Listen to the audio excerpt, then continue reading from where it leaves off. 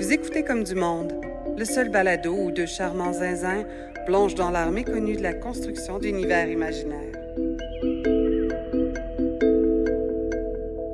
Salut Julien!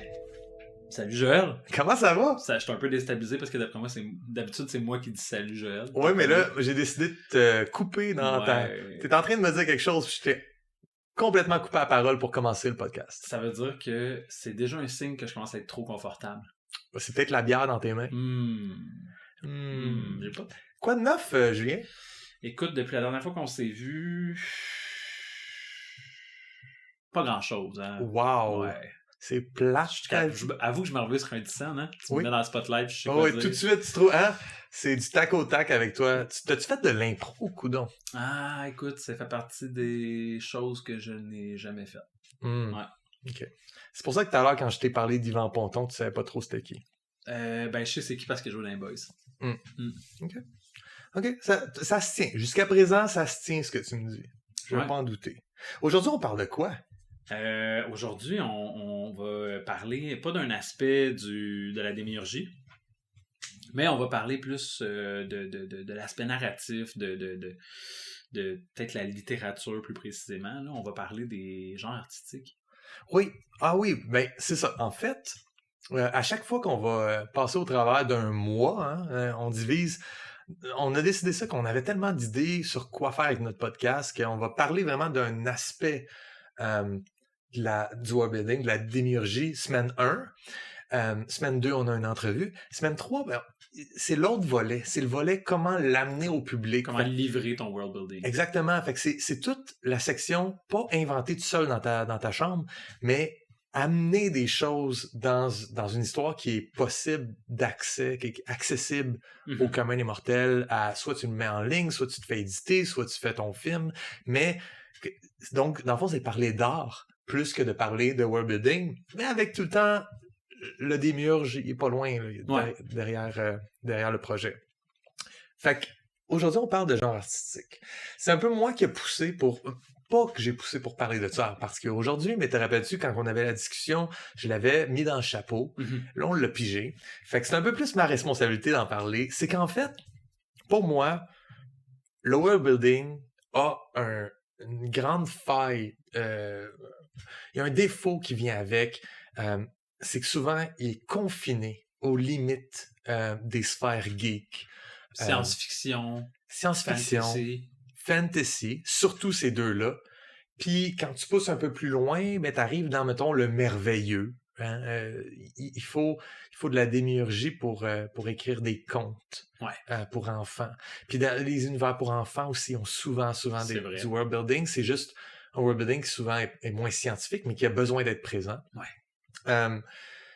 Puis le fantastique qui est un peu un hybride entre le merveilleux et le fantasy, où ce que ça inclut des éléments mystérieux et fantaisistes à un monde vraiment plus réel. T'sais. Souvent, le fantastique va recouper le réalisme magique. Fait qu'on est dans... pour prendre des classiques, mettons Maupassant, c'est un genre littéraire qui se prête au world building parce que quand tu mets un phénomène horrifiant dans une scène qui se passe dans le monde naturel, le monde primaire, il faut quand même que tu sois capable de l'expliquer puis d'y assigner comme un système. Lovecraft, absolument. Tout ce qu'il a fait se passe, le mythos Lovecraftien se passe dans notre monde, avec une couple d'affaires de plus qui se rajoutent, puis là on a tout cet aspect-là de rajouter des éléments, superposer un monde secondaire à notre monde primaire. C'est un world building qui a presque engendré son propre genre. Oui. Emprunté par d'autres auteurs. C'est le world building de tous les canulars. Si on considère qu'un canular, ça peut être une forme d'art, c'est tu sais, quand Oscar Wilde lisait du H.G. Wells à la radio puis que ça faisait peur à tout le monde, de ça à Blair Witch Project, il te faut un world building qui est connecté avec notre monde, ça en est. Ces genres-là, ces genres artistiques-là, sont un peu plus en marge, tandis que la science-fiction puis le fantasy, c'est comme assumé. C'est vraiment dans la sphère geek. Puis de temps en temps, il va y avoir une œuvre ou une autre qui va transpirer à travers le filtre du mainstream, puis qui va se ramasser dans les yeux du public, du grand public. Ouais. Et là, t'as ta franchise immense de Marvel, de Star Wars. Le Seigneur des Anneaux aussi, très, très connu. Puis tu vas avoir toutes ces affaires-là qui vont être très connues, mais il y a beaucoup, beaucoup de création qui se fait puis qui reste dans les cercles un peu plus fermés de ces genres littéraires ou cinématographiques-là. On a moins le réflexe de mettre en lumière le travail de démiurgie de ce type d'œuvre-là. Ben, c'est juste que c'est moins connu. Mm-hmm. Fait que les gens qui s'y intéressent tombent dedans, puis peut-être qui adorent. Je pense à beaucoup d'animés. Ah ouais. Il y a vraiment, vraiment beaucoup de travail derrière plusieurs animés. Puis tu sais, je sais pas, le grand public connaît moins, ici au Québec, par exemple, les animés. Moi, je suis pas un grand fan, je connais un peu, mais tu sais, je sais à quel point, mettons, Attack on Titan, c'est gros la démiurgie qu'il y a derrière ça, là. C'est tout un monde.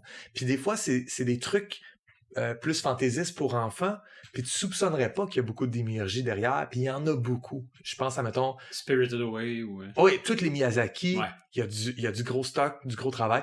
Même Animorph, là. Ouais, c'est vrai. Immense le lore derrière. Mortal Kombat est un lore vraiment gros. Fait que c'est des affaires, on y pense pas nécessairement. Moi, je serais prêt à me dire qu'Animorph, c'est quand même de la science-fiction, là.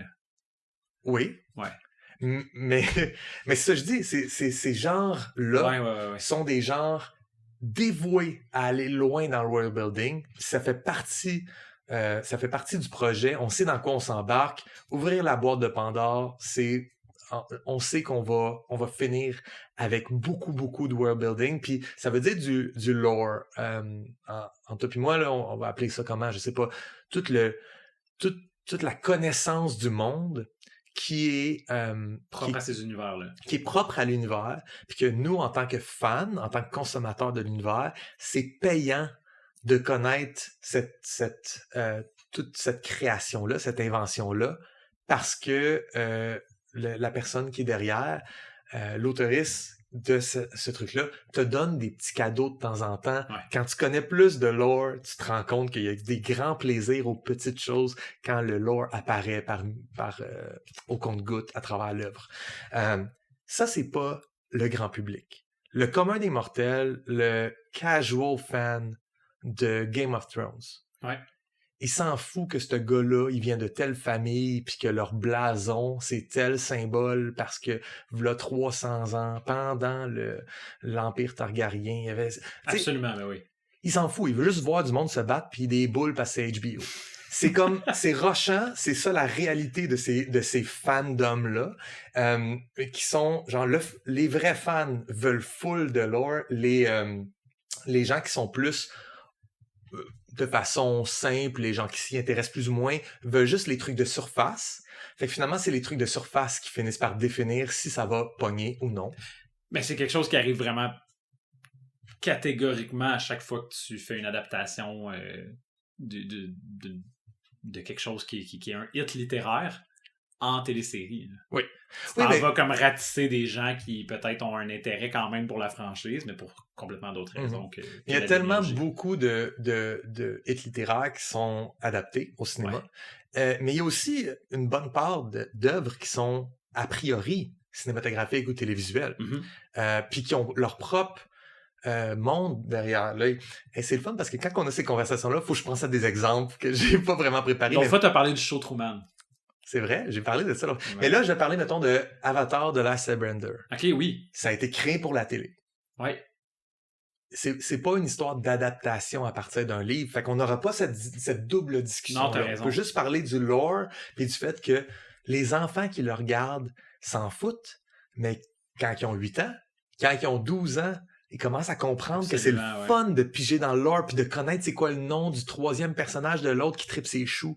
Puis un moment donné, moi, en tant qu'adulte, si je décide que je regarde cette série-là, puis je consomme cette œuvre-là, j'ai beaucoup de stock. J'ai pas juste le truc de surface avec un personnage principal qui fait aller du feu, tu sais. Ouais.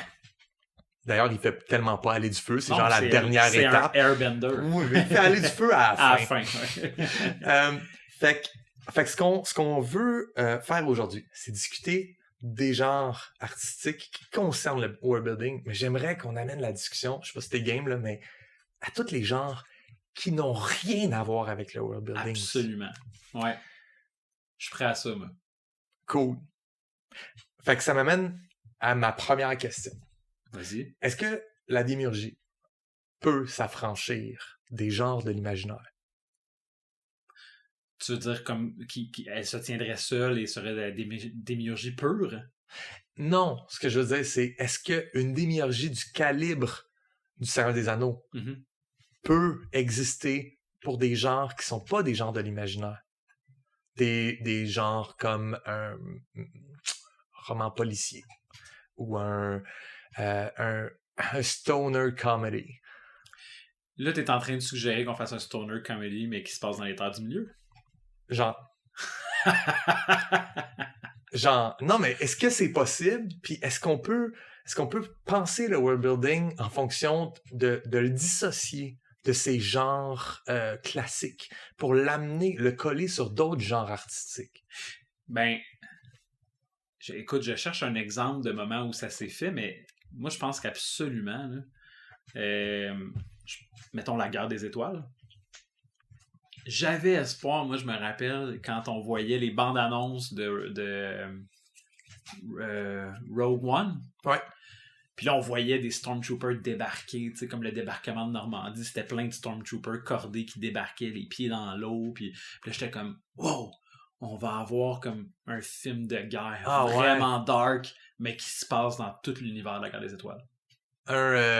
Il faut sauver le soldat Ryan. Le soldat Han Solo, je sais pas quoi. C'est quoi leur nom dans Rogue One, les personnages? Ah, je t'en pose une bonne, hein? Ben, c'est parce que moi, j'ai une opinion de Rogue One que je partagerai pas aujourd'hui, là, mais j'ai des bonnes raisons de pas m'en rappeler. OK. Je vais dire ça J'imagine que c'est une opinion tellement positive que ça éclipse l'information. Tout ce que t'as, c'est l'émotion. Non, parce que moi, j'étais comme, ça va être fou, là, ça va être complètement un autre genre, puis finalement, ben... Mm-hmm. Mais j'avais espoir. T'sais. Ben, cette hybridation-là entre le genre et la démiurgie, moi aussi, j'ai souvent eu espoir. Je l'ai pas souvent vu s'actualiser. Puis les quelques fois où ça m'a pris au détour, c'est des expériences télévisuelles ou littéraires qui m'ont vraiment marqué. Comme quoi? Mettons, moi, là, ma propre création, je travaille dans Gadin. Mm-hmm. OK, cool. C'est un univers avec des animaux anthropomorphes. De penser que ça a besoin d'être fantasy, ça a besoin d'être vraiment merveilleux et fantastique, ça va de soi, right? Ouais. On va dire, c'est des trucs pour enfants, ou encore, c'est des trucs qui sont pas pour enfants, mais qui sont pour les nerds. Ouais. Comme toi puis moi. OK. Puis après ça, je découvre BoJack Horseman. Ah, ouais. Je fais comme, on est dans les crises existentielles d'Hollywood, mais on met des animaux anthropomorphes, puis on fait une démiurgie d'animaux anthropomorphes qui est derrière ça. Ça, pour moi, ça a été un coup de cœur. De un, parce que c'est fucking bon, BoJack Horseman. Ouais. C'est une des rares séries télé qui m'a prouvé qu'il y avait une vision derrière, parce que je suis arrivé à la fin du dernier épisode de la dernière saison. J'étais comme, merci, vous m'avez raconté une histoire complète. Vous êtes pas perdu entre les saisons. Fait que c'est vraiment d'ailleurs, je le recommande à n'importe qui, là. C'est une très bonne série télé. Qui est humoristique, mais en même temps tellement deep, puis qui parle de santé mentale, qui parle des postures qu'on prend dans l'œil de l'autre. Puis je trouve que c'est un bon exemple de travailler quelque chose qui est démiurgique au profit d'offrir un petit layer, une petite couche de fantaisie sur quelque chose qui est vraiment plus profond, tu sais. Puis le mariage des deux peut être fait complètement différemment d'une série à l'autre ou d'un projet à l'autre. Mais dans ce projet-là, quelqu'un pourrait dire, ben ça n'a pas besoin pantoute d'être des animaux. Hein. C'est du monde à Hollywood. Ouais. Mais de décider de mettre des animaux, de un, ça fait tout un aspect genre visuel intéressant, mais aussi ça dédramatise. Fait qu'après ça, le drame rentre plus. Il rentre au galop. Oh! Mais tu viens pas de trouver un peu la licorne, un peu, tu sais, quelque chose de vraiment rare là, qui se produit juste une fois dans une vie. Là, oui. Je pense que ça existe pas beaucoup. Je pense pas que c'est parce que c'est une licorne puis c'est rare par définition. Je pense juste que les gens osent pas faire ça, les gens ne font pas. Moi, j'ai peut-être quelque chose qui est très populaire Ouais. à te proposer, qui marche, qui est grand public, puis qui est en effet un croisement entre la démiurgie puis les attentes qu'on peut Ouais. avoir. Quoi? La parodie. Oui. Tu sais, je pensais comme Oui. à Spaceballs, Oui. qui utilise tout l'univers de la Guerre des Étoiles pour faire des jokes. Mhm. Hein? Oui, tout à fait. On le voit. Tu vas prendre un genre, mais tu sais, la parodie, c'est un genre sur le genre. Ouais, exact. Fait qu'elle prend un genre, puis elle en brise les codes. Ouais, j'ai un peu triché, là, mais ouais. Ben, t'as pas triché, mais tu parles de, je pense, le genre qui est le plus méta de tous les genres. Ouais. C'est le genre que ça marche pas si tu connais pas les codes du genre duquel ça s'inspire. Mais oui, effectivement, t'as mis le doigt sur quelque chose. Il y a toute une série d'œuvres qui sont parodiques, qui font la démiurgie équivalente à l'œuvre dont il s'inspire pour parodier. Le thriller d'enquête, tu sais, il y a le silence des jambons, là. Si tu sais pas c'est quoi le silence des agneaux, si tu connais pas Hannibal Lecter, ben il y a plein d'affaires qui passent comme complètement à côté pour toi, mais ça reste que c'est utiliser cet univers-là qui est d'une autre façon. Mais ouais. Mais tu sais, faut pas oublier que dans toute œuvre, il y en a un peu de world building. Il y en a tout le temps un peu. Mais aller à fond dedans, ça appartient à certains genres. T'sais. Fait que moi, je me suis intéressé à regarder c'est quoi les codes puis les thèmes spécifiquement du fantasy puis de la science-fiction. Parce que c'est ces codes-là qui sont... Dans le fond, ce que je vois comme problème dans ça, c'est pas nécessairement problématique, c'est juste que ça fait... ça revient tout le temps un peu au même, parce que le fantasy et la science-fiction sont souvent assignés à certains thèmes, certains codes, fait que finalement, le world building doit toujours servir ces codes-là ou ces thèmes-là. Donc, on tombe dans des clichés puis des... Ben, oui, c'est ça. Quand tu tombes dans les codes puis les thèmes d'un genre... Quand tu tombes trop profond, ça devient un cliché. OK. Et donc, la démiurgie, à mon sens, devrait pas servir les clichés.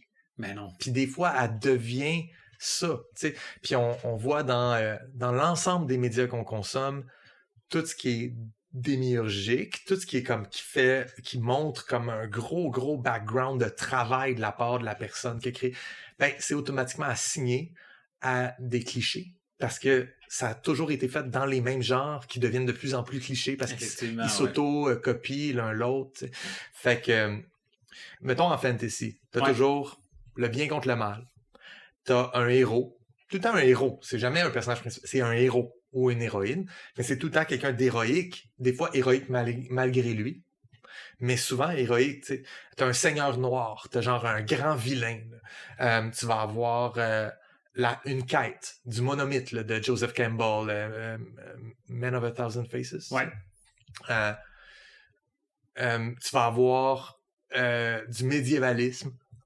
C'est tout le temps de l'Europe médiévale. T'as tout le temps un cheval, t'as tout le temps une épée dans ton fourreau. Sauf quand c'est nous autres, là, c'est antique, c'est du c'est ça. du péplum. Ouais. T'as tout le temps des races. T'as plein de races. Des elfes, des nains. Des elfes, des nains, puis après ça, En fait, non seulement t'as tout le temps des races, mais t'as vraiment souvent juste les elfes, les nains, ça revient souvent. Là.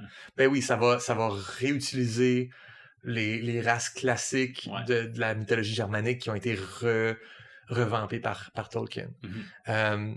Tu vas avoir des objets magiques. Le tout tourne autour d'un MacGuffin, un espèce d'objet qui veut rien dire puis qui représente rien, mais qui est le centre de ta quête. Mm-hmm. Puis souvent, tu vas avoir, mettons, une présence divine. Tu vas avoir des guerres. Puis là, tout tourne autour de ces éléments-là. Tu as une grande trahison, de la magie, une prophétie, un serment que quelqu'un a trahi. Tu as des monstres.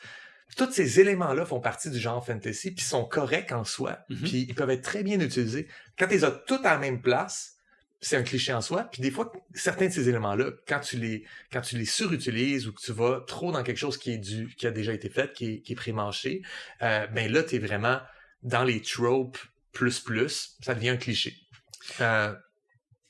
Est-ce que tu penses que la démiurgie pourrait être mettons, y aller vraiment à fond, là, en profondeur, faire un vrai travail? Est-ce que tu penses que c'est une façon un peu d'éviter de tomber dans la surexposition de ces clichés-là? Hein?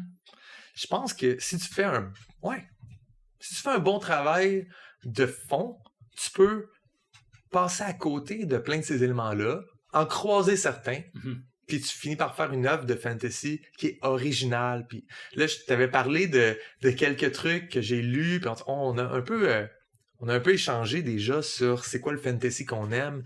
Puis il y a certaines affaires qui se font aujourd'hui, en 2023, puis qui sont du fantasy, puis qui s'écartent des clichés, des codes surjoués, puis qui arrivent à faire quelque chose d'unique et original. Puis ça, c'est grâce au travail démiurgique que l'artiste a fait derrière. Puis j'admire ces œuvres-là, et dès que je croise quelque chose qui me semble qui a été fait 1000 fois, mais qui vient de sortir cette année, déjà, là, je flipperai pas à la page. Là, moi, ça me perd rapidement si j'ai l'impression que c'est juste des elfes puis des nains parce que j'adore Tolkien, puis c'est ça. Il a fait le tour. Je pense que j'ai croisé quelque chose d'intéressant, moi, par rapport à ça, dans un jeu vidéo la semaine dernière, il y a 2 semaines, là, en fait, pendant l'été, j'ai joué un peu à ce jeu-là, puis il y a quelque chose qui m'a frappé. Le jeu s'appelle Remnants 2, c'est le 2e de la série. Okay. Puis pour faire une histoire courte, dans la loupe du jeu, c'est que on va visiter des mondes différents avec à l'aide d'un genre d'immenses cristal là, qui va te faire voyager d'un univers différent à l'autre. C'est vraiment des mondes séparés du nôtre. Là. Il y a du world building de fait dans chacun de ces mondes-là, de ces mondes-là dans lesquels tu vas voyager. C'est une espèce de multivers, tu te promènes de l'un à l'autre avec des portails. Exact. Okay.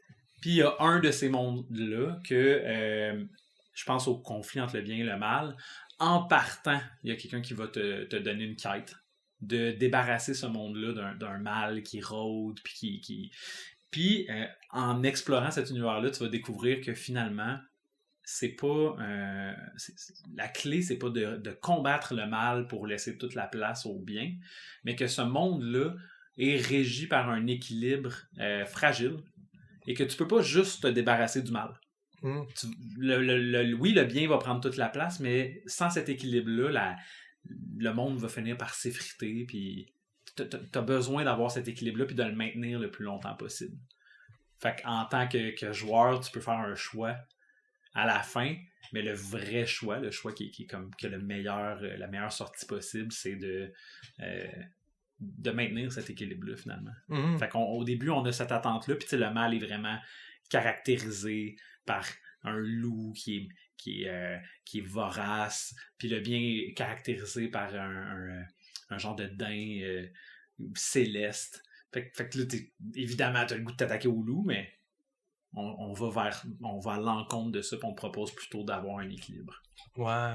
Puis ça m'avait bien surpris. Fait que déjà, juste qu'ils prennent quelque chose qui est très cliché, puis qu'ils le virent de bord.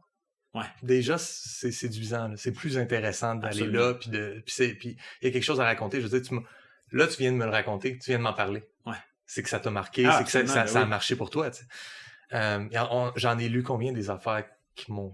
je penserais même à en parler dans le podcast parce que je fais comme, c'est un parmi tant d'autres. Il y en a beaucoup de stock là, qui se fait. Ouais. Puis en science-fiction aussi, il y a des codes qui sont toujours les mêmes, qui reviennent. T'as tout le temps la technologie, la discussion philosophique autour, des contacts entre les peuples qui se rencontrent d'une planète à l'autre, des fois de l'insignifiance un peu camusienne, là, l'espèce d'existentialisme, l'univers sert à rien, parce que tu regardes dans tous les trucs d'Odyssée interstellaire, t'as tout le temps cette espèce de regard-là sur genre la petitesse de l'humanité. Je trouve que c'est des thèmes super intéressants, mais quand tu l'as vu 1000 fois, puis Star Trek l'a fait en 62, à un moment donné, t'as les utopies, les dystopies, le voyage dans l'espace, le voyage dans le temps, rencontre avec l'autre, fait que tu sais les premier contact, premier contact, tous les trucs de premier contact, que ce soit des extraterrestres, que ce soit des clones ou des androïdes, c'est la première rencontre avec ces créatures-là, ou avec quelqu'un d'une dimension parallèle, genre dans un multivers. T'as toute l'imagination le monde comment dire ça? Le monde simulé. La matrice. Ouais. Tu sais, cette espèce d'idée-là que le monde est une simulation, etc. Puis t'as tout le temps des éléments politiques qui se placent naturellement dans la science-fiction entre, pas de la politique, mais du politique. T'sais, qu'est-ce qu'on fait quand on rencontre une race sur une autre planète? Puis un genre de code de pas intervenir avec une race plus primitive. Ou, ouais. Fait que tous ces éléments-là, je trouve que c'est des thèmes puis des codes qui, d'emblée, mais ça, c'est des choix personnels, mais je les trouve vraiment plus intéressants que ceux du fantasy. Ah ouais? C'est parce que je trouve qu'ils vont chercher quelque chose de plus viscéral en moi. C'est plus une expérience humaine, on dirait. Mm-hmm. Souvent aussi, la science-fiction va être utilisée comme un véhicule pour mettre des personnages profondément humains dans une situation extrême que on pourrait pas avoir si on était à notre époque, puis dans notre réalité à nous, dans notre monde primaire, mais en les mettant dans un monde secondaire. Ben, c'est sûr que ça peut se reproduire pendant l'histoire humaine, mais moi je pense à Moon, où on met un personnage dans un état d'extrême solitude, puis on le soumet à des tortures psychologiques intenses. Ça ne se recrée pas dans un appart de Brooklyn en 1982. Là, t'as besoin autour de ce monde-là qui fait que lui, il travaille sur la Lune, il est le seul employé à maintenir ça, il fait des chiffres de 4 ans, puis après ça... Mais tu pourrais avoir un personnage qui est envoyé par un dieu dans un demi-plan magique, puis qui est pogné tout seul. Ouais. Ça pourrait appartenir au fantasy. Mais c'est tout le temps en science-fiction qu'on retrouve ça. T'as raison. Fait que c'est là que, genre, juste briser ce code de genre-là, c'est déjà un feat, là. C'est déjà quelque chose que... Ça ferait quelque chose de spécial d'avoir ça. Mais non, il y a des thèmes qui appartiennent à des... Puis je pense que ça va avec le fait que le fantasy, c'est un regard sur le passé. D'où on vient, qu'est-ce qu'on est, les grands mythes, les anciennes façons de réfléchir de l'humanité, les philosophies, soit religieuses, soit influencent fortement ça. Le bien contre le mal, c'est manichéen, ça nous vient du zoroastrisme, c'est enraciné loin dans qui on est en tant qu'humanité, puis le legs que les civilisations ont donné les unes aux autres. Et aujourd'hui, après la modernité, dans un ère postmoderne ou même métamoderne comme aujourd'hui, c'est loin derrière nous. Moi, j'ai pas été élevé. J'ai été élevé post-révolution tranquille. Ouais. Je me sens pas dans les paradigmes que le curé à l'église il me dicte. Je les comprends pas, je les connais pas, je peux les intellectualiser, je peux pas les ressentir. Fait que quand je consomme de la fantasy, on dirait que c'est enraciné là-dedans. Et donc, ces enjeux-là m'appartiennent pas, je les regarde avec un regard externe. Tandis que quand je consomme de la science-fiction, c'est des enjeux qui font partie de moi, parce que c'est... Moi, je pense qu'il y a rien après la mort. Je pense qu'on est tous dans marde, que la planète s'en va n'importe où. Fait que, ça, c'est des enjeux, l'éco-anxiété, Fait que je le vis viscéralement, ce que la science-fiction m'offre comme thème. Tu penses-tu que c'est une façon d'expliquer aussi le succès de franchises, mettons, comme Harry Potter? Tu sais, le gros succès que ça a eu, qui s'adresse à, mettons, notre génération, oui, il y a des éléments de fantasy, mais sauf que ça se passe autour de l'expérience d'un enfant qui va à l'école. Ouais. Oui, parce que ça touche à quelque chose qui est simple, humain, puis c'est Harry, you're a wizard. Ouais. Tu te fais dire, toi, t'es spécial. Ouais. Fait que ça, c'est autre chose aussi. Mais ça fait partie d'un code, le code de la quête, là. L'élu ou le... L'élu. Ouais. Ouais, c'est vraiment... c'est un bon vieux code qu'on est tanné de voir. Puis quand on le voit qui est bien tourné ou qui est viré, qui est subverti, je pense que ça peut être cool. Mais la plupart du temps, l'élu, ça me rebute. Là. Genre, épisode 2 d'une série télé, l'élu, je fais comme, il n'y aura pas d'épisode 3, on va aller regarder autre chose. À moins que ce soit... à moins qu'il y ait une twist. Que ce soit complètement... With a twist! Ouais. Mais moi je te dirais, man, Terry Pratchett. Puis... Oui, Terry Pratchett, c'est une bonne preuve de ce que tu disais tout à l'heure, la parodie. Parce que il fait le travail là, intense du grand démiurge, mais son objectif est un objectif satirique. Pas toujours, man. Tu sais, oui, dans le sens que c'est sûr que tu te bidonnes en lisant Terry Pratchett, c'est super drôle, mais il a pas tourné les coins ronds dans sa démiurgie. Puis je pense, mettons, à un des romans qui fait partie de toute la série des Disques Mondes qui s'appelle Mort, M-O-R-T. Okay. Puis qui est un peu comme le personnage à Robin Williams dans Taxi. Encore Robin Williams? Encore un film qui est pas dans Fire? Non, c'est pas ça. OK, on coupera ça au montage parce que c'est Non. Mork. Ah, c'est Mork, ben oui. Puis de toute façon, c'est même pas dans Taxi. Non, Je me rappelle même plus c'est dans quoi. Il joue un extraterrestre. c'est Mork and Mindy. Mork and Mindy, je mélange tout. C'est pas grave, on l'enlève pas au montage. Dans c'est Taxi, il y trop avait drôle. Andy Kaufman. Je Oui. pense que j'ai mélangé mes humoristes. Non, Mort, c'est le prénom de cet adolescent-là, puis c'est un genre de coming of age. Là. OK. Sauf Ah ouais. que ça se passe dans le disque monde. Puis Mort, il se trouve une job, puis sa job, c'est d'être l'apprenti de la mort. Se promener, Cool. faire Ouais. sa tournée des gens que leur heure est venue, puis... mais il m'a emmené, il y a une fille, puis c'est supposé être la fin. Puis c'est sa job à lui. Puis il est comme, ben non, tu sais, il vit comme les romances puis les tirades que tu vis à l'adolescence. Puis il est comme, moi, j'ai décidé que c'était pas son heure. Puis là, ça a des impacts. Puis ça a des...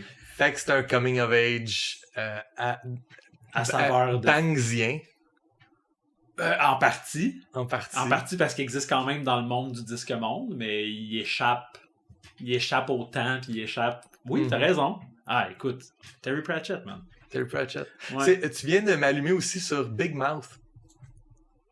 Ah, j'ai pas vu Big Mouth. Big Mouth, Tu m'en parles un peu, là. Big Mouth, ben, c'est de la comédie de coming of age, un peu sexu gross, là. Mais tu sais, ça va toucher à plein d'éléments de la puberté puis de l'adolescence. Des fois en pure joke, mais des fois, c'est comme il y a un peu d'éducation à travers ça. Mais c'est de l'humour, pis ça.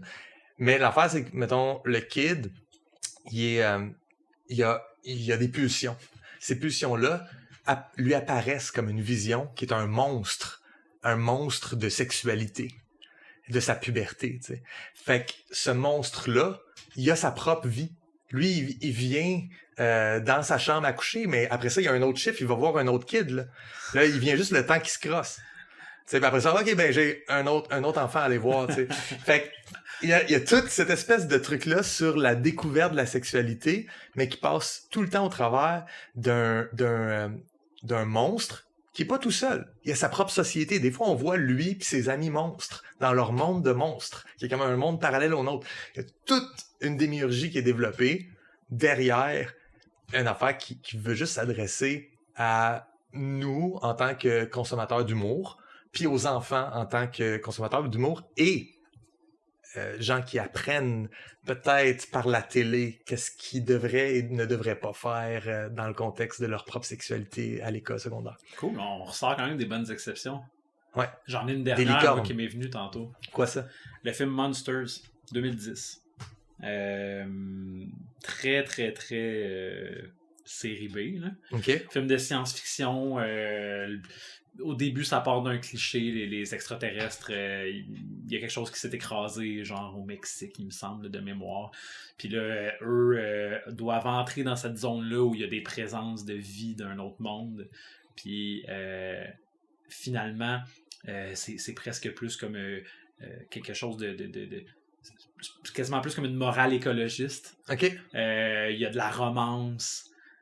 C'est totalement pas basé sur l'événement des extraterrestres, mais c'est une étude de 2 personnages. OK. Je te le conseille fortement. C'est du planetary romance. Genre. Ça existe, hein? C'est un style, c'est un genre artistique qui existe, le planetary romance. OK. T'as souvent des monstres d'une autre planète, puis des gens qui se rencontrent d'une planète à l'autre, des différences sentientes. Ah, mais là, on a 2 humains, tombent par en exemple, amour. dans Monsters. Oui, oui. Qui sont là pour 2 raisons différentes. Il me semble une photographe, puis quelqu'un qui est comme son guide et son garde du corps en même temps. Mm-hmm. Ouais, je te le conseille. Je vais le mettre dans la description du... Oui. En fait, on mettra toutes nos références dans... Ah non, c'est tellement de job. Ça me tente pas. Oui, on va mettre toutes nos références. Ouais. Pour terminer, Ouais. à moins que tu avais plein d'autres choses. Ben, écoute, rapidement, moi, tantôt, il m'est venu parce qu'on a parlé de science-fiction, on a parlé de fantasy, puis on était comme, c'est 2 gros. Il y a un pan qui est immense. Tellement immense que, surtout dans les dernières années, c'est mis à avoir plein de trucs qui sont complètement pas clichés qui est sorti là-dedans, puis c'est le film de zombies. Je pense que même, je pourrais dire, l'horreur, en général, a beaucoup de démiurgie. Parce qu'il y a tout le temps un système de règles de comment tuer le vilain, Mais tu trouves pas que celui de zombie, il y a une genre de démiurgie globale les gens maintenant, t'as plus besoin d'expliquer à quelqu'un qui se tape un film de zombie que ça prend une balle dans la tête, Mais ça, c'est pas... Oui, je suis d'accord. C'est pas limité aux zombies. On a les mêmes règles pour les vampires, les loups-garous. On les connaît toutes, ces règles-là. Mais oui, effectivement, c'est parce qu'il y a des mythes qui appartiennent à notre culture populaire. Dès que t'en plugues un dans un film, soit que tu le fais classique ou tu le fais with a twist. Puis là, les gens peuvent partir avec la règle 0 en tête. Puis si tu dis non, c'est with a twist, là, ils apprennent la règle pour ton film. Mais oui, effectivement, ça, c'est comme... T'as plein de règles à apprendre sur comment fonctionne le monde des zombies. Puis je pense, la plupart des gens, à ce point-ci, connaissent ces règles-là, ces codes-là. Fait qu'en tant que créateur, créatrice, tu peux juste le mettre dans ton œuvre, puis prendre pour acquis que les gens vont comprendre. Parce qu'on pourrait même dire qu'il y a une franchise qui est comme celle de George A. Romero, que c'est... Day of the Dead, Night of the... Bon, il y a tout plein de cycles là-dedans. Puis il y en a un récemment qui a été fait par Zack Snyder. Écoutez pas ça, c'est vraiment mauvais. Mais son but, c'était de faire un heist movie, un film avec un coup, là, un vol, dans un univers où il y a eu une invasion de zombies. Tu vois, ça, j'aime ça. Un film de braquage dans un univers de zombies. Admets que cette idée-là, elle est magique. C'est sûr que c'est excellent, c'est sûr.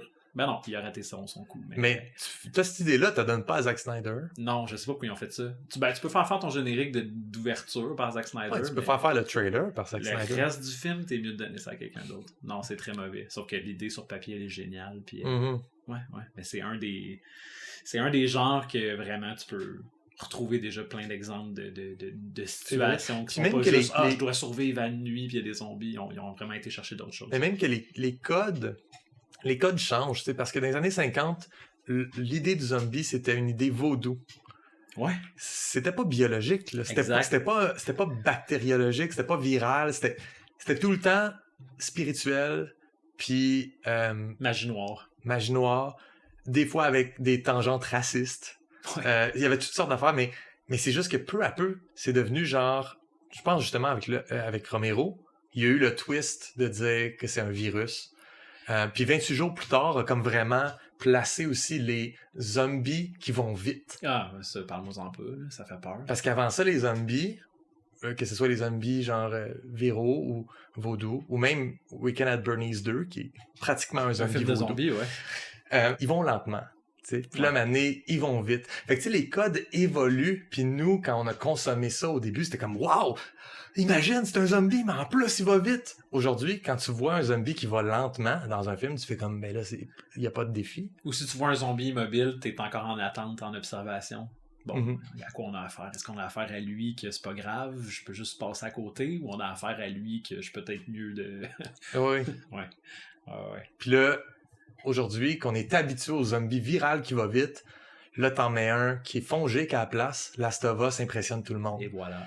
Et ça nous ramène à parler de xénobiologie. Le règne fongique devrait être étudié par la personne qui est en train d'inventer Last of Us pour voir comment ça marche. Ouais. C'est de la grosse démiurgie, ça. Tout le temps.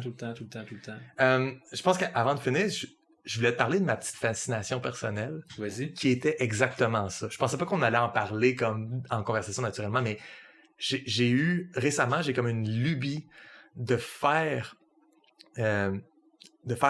des genres littéraires, donc d'écrire dans des genres littéraires qui ne sont pas le fantasy, la science-fiction, le merveilleux, le fantastique.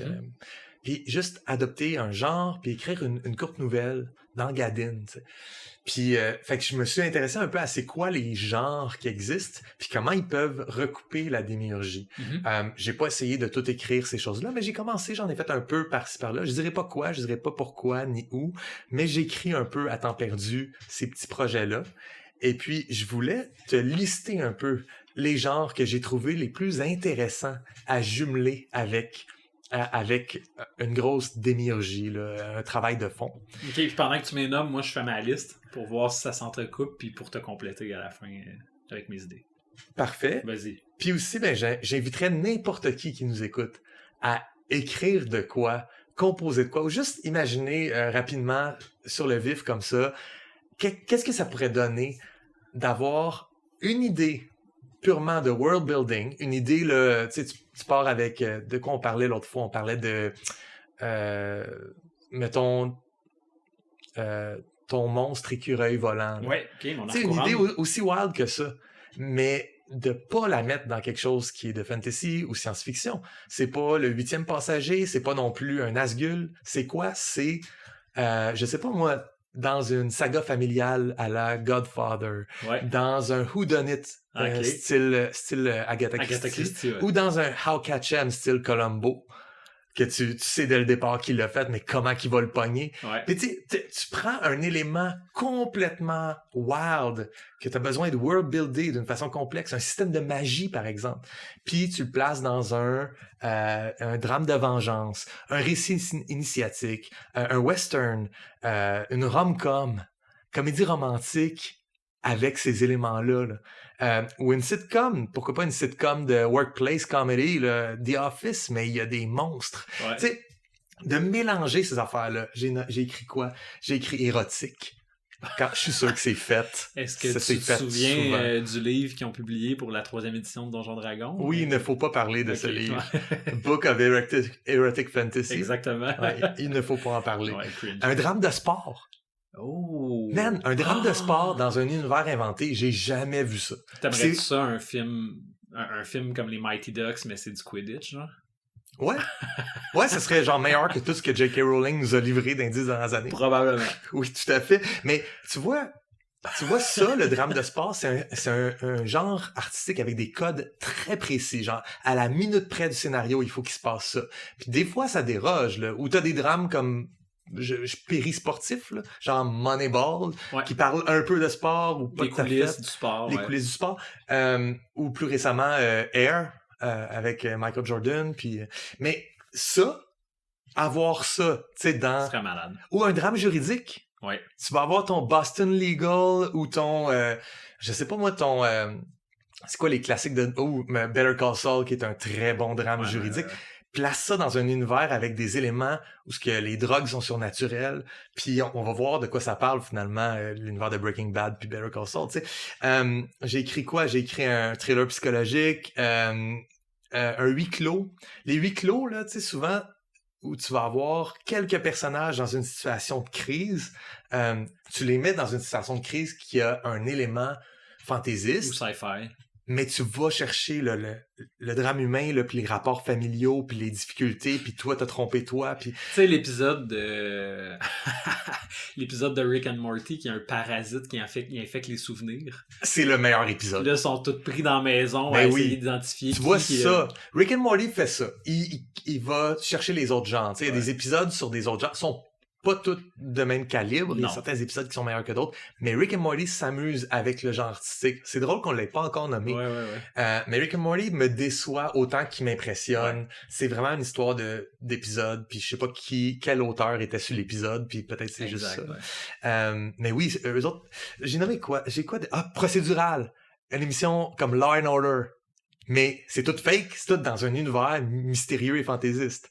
Un télé-réalité. Une télé-réalité, un documentaire, un fake documentaire dans un univers. Ça pourrait être bon, là. Écœurant. Un chick flick, old school, Mean Girls, mais tu sais, avec des centaures. Avec des centaures. Disons-le, avec des centaures. Ou pourquoi pas y aller all-in dans la xénobiologie. Avec des vampires, par exemple, un documentaire. Ben oui, What We Do in the Shadows. Oui. C'est tellement bon. Mais tu sais, ces gens-là sont bons dans ce qu'ils font. Ouais.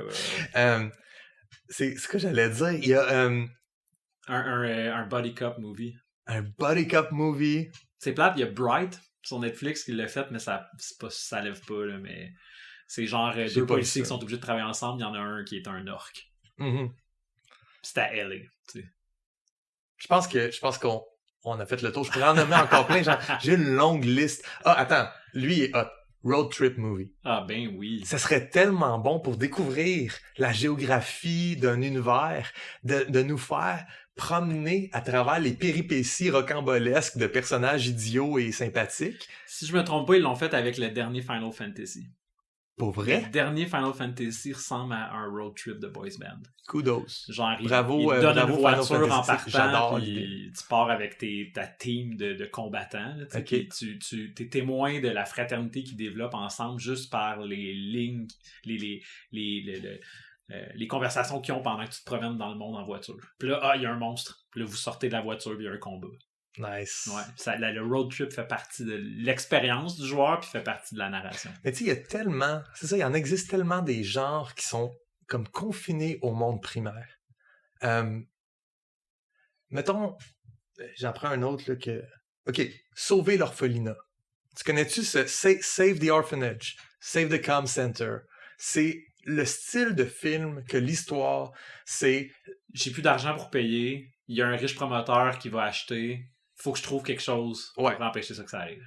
Fait que c'est un type très précis, surtout dans les années 80, il y en avait beaucoup. Ouais. Je pense qu'un des trucs les plus connus de ça, c'est un peu périphérique à ça, mais c'est Rent, qui est une comédie musicale super hot. Là, j'ai toujours aimé Rent, mais tu vois, c'est ça, c'est genre, on n'a pas d'argent pour payer le loyer parce qu'on est des bohèmes, puis ils veulent nous foutre dehors, le méchant propriétaire. Puis c'est comme un espèce de struggle entre le capitalisme sauvage, puis les gens qui ont une vie un peu plus marginale. Ouais. Mais ça, dans un monde que tu as inventé de toutes pièces, avec des éléments qui exacerbent les éléments de ça. Tu sais, vas-y all-in avec le pire capitaliste sauvage du pire colonisateur, puis avec, tu sais, tu peux genre amener ça ailleurs, puis là, le sauver l'orphelinat, cette espèce d'idée-là, ce code-là, peut être complètement transformé par ce que tu y donnes. Absolument, ouais. Puis en même temps, ça touche à quelque chose d'humain, puis de simple, puis qu'on comprend tout, là. Faudrait quasiment qu'on se donne ça comme défi dans les prochains trucs qu'on va écrire, tu sais, qu'on essaye de prendre notre univers qu'on est en train de créer, puis d'aller chercher. Mais je sais que tu as dit que tu le faisais, là. Mais moi, c'est parce que je le fais dans un projet que j'écris en anglais, Okay. puis c'est des nouvelles qui durent 10 000 mots. Fait que je peux pas l'intégrer au podcast de la même façon. Non, je comprends. Mais peut-être qu'à un moment donné, je ferai genre un extrait ou une traduction puis un extrait. Puis on s'en parlera. Mais oui, j'adore ce concept-là d'aller intégrer des trucs de l'imaginaire dans un genre non imaginaire de façon traditionnelle. Ouais. Ben, je pense qu'on a fait le tour de ce sujet-là. On n'a plus rien à dire. Non, ça veut dire que c'est encore rendu à mon texte. Oui! On va lire ton texte, qui est une brochure cette fois-ci, hein, Julien? Ouais, comme je rappelle, mes textes vont être diégétiques, vont faire partie de l'univers que j'ai nommé Valterreur. Ce texte-là peut se retrouver où dans ton univers? S'il est diégétique, c'est comme un... Il peut se retrouver entre les mains d'un sénateur qui s'apprête à voter sur sa publication, ou si effectivement sa publication est approuvée, il peut se retrouver dans les mains de n'importe quel citoyen de l'Empire. OK, cool. Ouais. Fait que c'est comme une pub. Ouais, moi, la version que vous allez avoir, c'est vraiment celle qui est dans les mains d'un sénateur parce qu'il y a des notes qui encouragent sa publication. Ah, OK, je comprends. Parfait, ben je te laisse y aller, Julien. Est-ce que ça mélange les genres ou non? Je sais pas, tu me le diras après. OK, cool.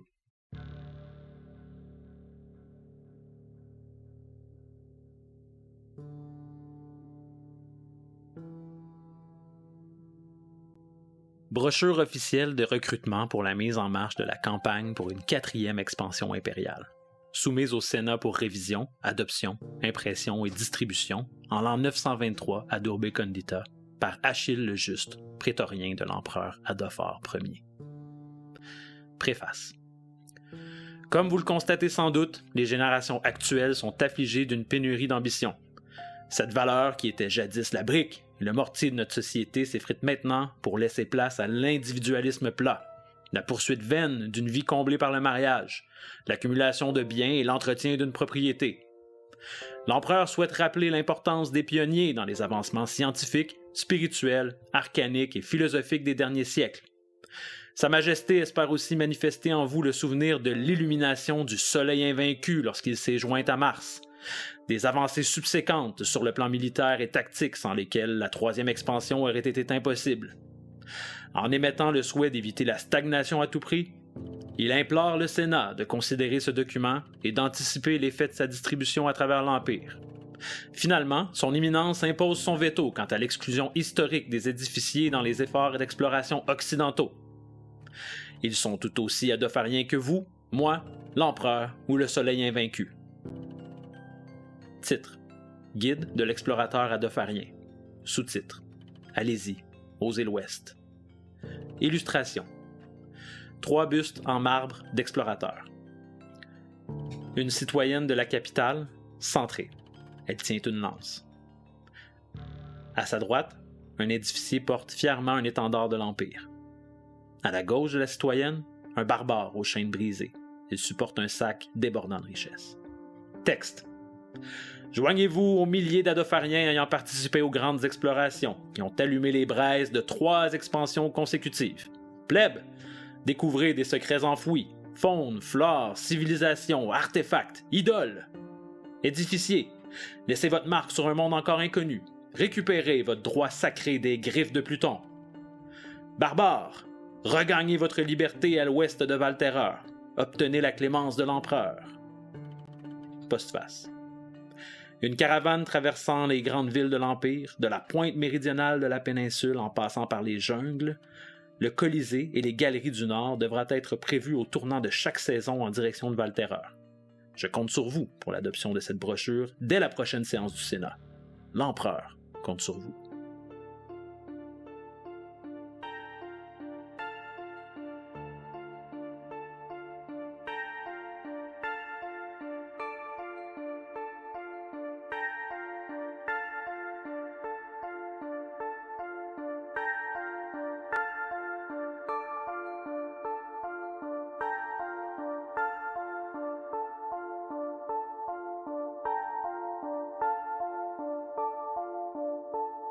Nice!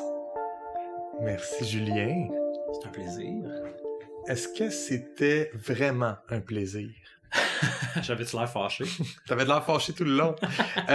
Ok, j'aime vraiment ça. Une brochure que je vois que le centre, comme l'espace central, titre, sous-titre, illustration, texte, ça, c'est placardé, là. C'est sur les murs de la ville. La préface, la postface s'adresse aux sénateurs pour qu'ils prennent une décision. C'est bien ça. Ouais, exact. Je peux t'envoyer une couple de questions ou de commentaires? Let's go. Ok, tu commences avec l'espèce d'idée, en tout cas moi ce que j'ai vu dès le départ avec la préface, là, c'est cette idée-là de la préconception qu'on a des gens qui grandissent dans Watt. C'est comme vous avez une famille, vous êtes trop installé là. Il faudrait un peu d'inconfort si vous voulez être des bons citoyens. Ouais. C'est le message que l'empereur il lance. Puis ça me ramène à une citation de Voltaire, si tu me le permets, là, qui est l'histoire est remplie du bruit des pantoufles de soie qui descendent et des chaussures en bois qui montent. Puis cette citation-là, je la garde souvent en tête en pensant à c'est quoi l'histoire. Dans le fond, les gens qui ont les pieds inconfortables vont se ramasser dans des chaussures en bois, là, se ramassent dans une situation où tu vas devoir être acculé au pied du mur, puis là tu deviens inventif, puis là tu deviens brave, puis fait que les civilisations montent en pouvoir, en ingéniosité, avec l'inconfort, le malaise, les morts qui vont par centaines parce qu'ils sont faits décimer par un narco-rang ou par des voisins barbares. Ouais. Puis quand ils sont rendus avec des pantoufles de soie, puis que tout va bien, tout est géré, il commence à avoir du laxisme, de la paresse, des mauvaises habitudes s'installent, puis là... du point de vue d'une personne vraiment stoïque et nationaliste, mettons. Là. Exactement. Ouais. Non, mais c'est ça l'argument. Oui. Historiquement, c'est pas quelque chose qui est prouvé, c'est infalsifiable. C'est de parler de choses complètement qualitatives, tu peux pas le quantifier. Fait qu'il y a aucun historien qui prétendrait ça. Mais Voltaire était-tu historien en tout cas? Non. Fait que cette espèce d'idée-là, pour moi, je l'ai perçue à travers le propos de ton empereur. Mm-hmm. Là, la vie est trop facile.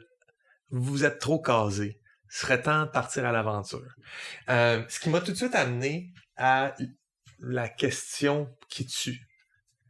pourquoi l'empereur veut autant que les gens partent à l'aventure. C'est excellent. Puis pour moi, c'est la seule affaire qui sort de ce texte-là que je veux garder avec moi. Je suis sorti de ça, puis j'ai un peu oublié certains détails de ton texte. Mais ce que j'ai pas oublié, c'est l'empereur veut vraiment ça. Ou il y a des gens qui travaillent avec l'empereur, peut-être le prétorien Achille, veut vraiment ça. Fait que pourquoi aller en expansion? C'est à qui ça sert, à quoi ça sert dans le contexte de ton truc? C'est parfait, c'est la question que je voulais qui sorte de ça. Ah! Ouais. Je suis donc bien bon. Fait que, oui, non. Écoute, comme on fait d'habitude, tu vas le découvrir à un moment donné, ou tu vas avoir des indices sur pourquoi l'empereur veut être à ce point-là. Mais j'aime ça parce que, tu sais, c'est sûr qu'on fait du world building, puis tout ce qu'on livre comme texte, ça a pour but simplement de livrer, puis tu sais, s'amuser un peu, puis créer.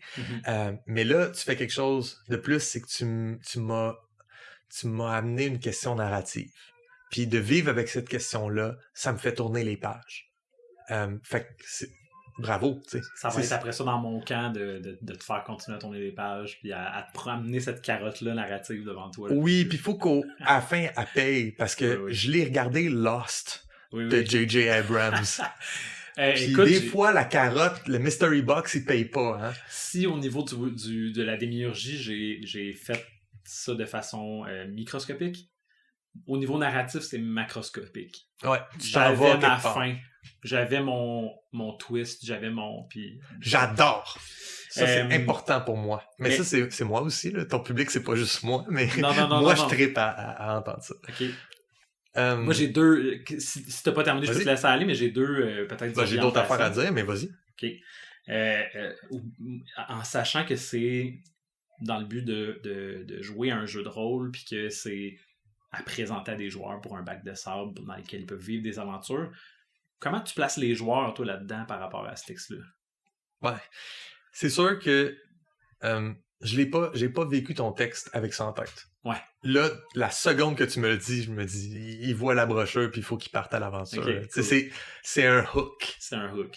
C'est de même que je le vois. Est-ce que c'est ça? Ouais. Je leur donne même un choix quand même limité, mais j'essaie quand même de leur donner un choix même d'origine. Ouais. Est-ce qu'ils font partie de la plèbe? Oui. Puis là, ton personnage, c'est un barbare? Les trois origines principales qui recoupent les gens dans ton monde sont couvertes. Fait que peu importe ce que ton joueur ou ta joueuse a décidé de faire, il va avoir quelque chose pour tout le monde.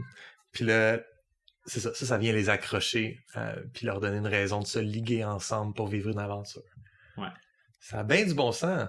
Mais mon troisième point était encore plus... sous le spotlight.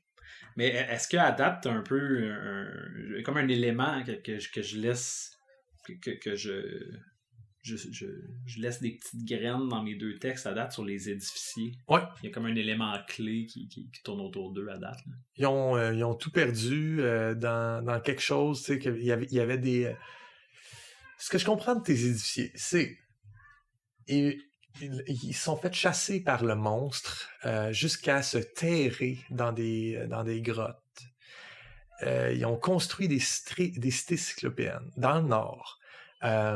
Ils sont, après ça, leur territoire a été annexé à l'Empire suite à 3e invasion, je sais pas quoi. C'est bon. 2e? Ouais. OK.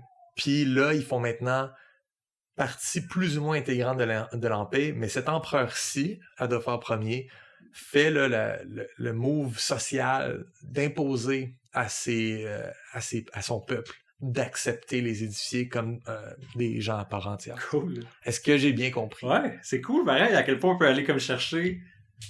C'est pas des longs textes, là, mais on a quand même beaucoup d'informations. Non, puis tu sais, il faut comprendre que je l'ai 2 fois tout le temps. Parce que je l'ai lu hier soir, puis là, tu me le relis. Ouais, puis là, on le lit en plus, on l'écrit pour faire de la démiurgie. Fait que là, tu cherches les places où tu peux t'agripper. Là. Oui. Non, c'est sûr. C'est une lecture dirigée que j'ai. Ouais. Mais quand même, t'as donné les bons éléments, tu sais, parce que c'est ça que je comprends, puis ça a l'air que c'est semblable. Je te laisse aller. Ben oui, écoute, le souvenir de l'élimination du Soleil invaincu lorsqu'il s'est joint à Mars. What the fuck, Julien? Ouais. Ça va être... Non, mais t'étais sur un trip de quelque chose. Qu'est-ce qui s'est passé? Ça aussi, ça va se développer avec Le le temps. soleil invaincu. Parce que c'est hot parce qu'il y a tellement des éléments qui sont comme groundés dans ce que tu me livres. Puis de temps en temps, t'as un soleil invaincu. Fait que je suis quand même curieux de voir c'est quoi. J'imagine c'est Soleil invaincu, Mars, Pluton. Une mythologie. Mais tu vois, Mars, Pluton, là, je me dis, c'est ça. Puis ça m'a amené la question. C'est son inspiration romaine, mais là, j'ai une idée que c'est vraiment Rome. Tu sais, à quelque part, il y a vraiment Rome qui a existé là-dedans. C'est pas juste un transfert de vocabulaire. Tu sais. Ouais. Mais Mars, c'est joint au soleil invaincu. Ça fait partie de rien que je connais des mythes romains. Mais c'en est peut-être un. Je connais pas toute la mythologie gréco-romaine, mais tu sais, ça me dit rien pantoute. Tu touches à la vérité quand tu dis que Rome a existé. Tu t'as de quoi? OK. Ouais. Puis Pluton, je me suis vraiment dit, qu'est-ce qui ça se fait, les griffes de Pluton, tu sais? Pourquoi t'empruntes au Panthéon romain? Tu sais, parce qu'à date, Mars, je le voyais comme la planète. J'étais comme, la carte du ciel est semblable à un autre. Mais Pluton, c'est clairement pas la planète naine Pluton, qui est en résonance 2-3 avec Neptune, on en parlait tout à l'heure. C'est pas Pluton la planète naine, c'est Hadès, right? C'est le dieu des enfers des Romains. Ouais.